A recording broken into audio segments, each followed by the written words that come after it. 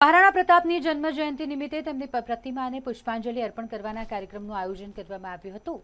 શહેરના ફતેગંજ વિસ્તારમાં આવેલી મહારાણા પ્રતાપની પ્રતિમા કે જ્યાં પુષ્પાંજલિ અર્પણ કરવામાં આવી। વડોદરા શહેર ભારતીય જનતા પાર્ટીના અધ્યક્ષ ડોક્ટર જયપ્રકાશ સોની સાથે જ ડેપ્યુટી કમિશનર સુરેશ તુવર, પૂર્વ ચેરમેન ડોક્ટર હિતેન્દ્ર પટેલ અને વોર્ડ નંબર 8ના જે ચૂંટાયેલા કાઉન્સિલરો છે તે ઉપસ્થિત રહ્યા હતા અને સૌએ થઈ મહારાણા પ્રતાપની प्रतिमाने पुष्पांजलि अर्पण करी। आज रोज वडोदरा महानगरपालिका द्वारा महाराणा प्रतापनी जन्मजयंतीनो उत्सवनी कामगीरी हाथ धरवामां आवी छे। एना अनुसंधानमां आज रोज तमाम नगरजनो म्युनिसिपल सभासदश्रीओ हाजर छे।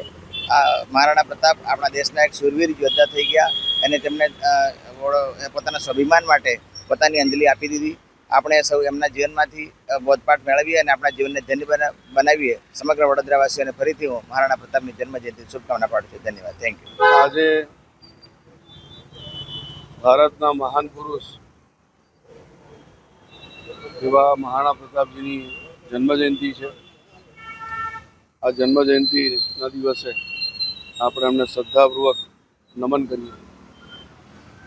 મહારાણા પ્રતાપ એમના સમયની અંદર જે પ્રકારનો સંઘર્ષ હતો, મોગલોના જે પ્રકારે આક્રમણો થતા હતા એની સામે જે વીરતા અને શૌર્ય એમણે દેખાડ્યું છે એ આવનારા સમયમાં સૌ લોકો યાદ રાખશે।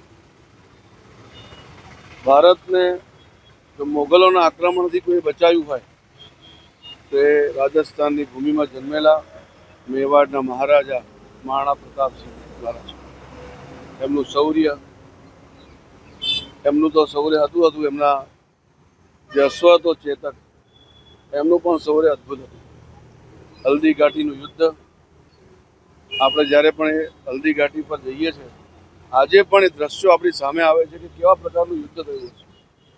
થોડાક સૈનિકોથી લઈને હજારો મોગલોની સામે જે એમને ઝઝુમ્યા હતા એ આપણને યાદ આવી જાય છે। અને આવા મહાન પુરુષોના કારણે ભારત દેશ આજે પણ ટકી રહ્યો છે, આગળ વધી રહ્યો છે। તો આજના એમને જન્મજયંતિ નિમિત્તે શ્રદ્ધાપૂર્વક સૌ લોકો નમન કરીએ।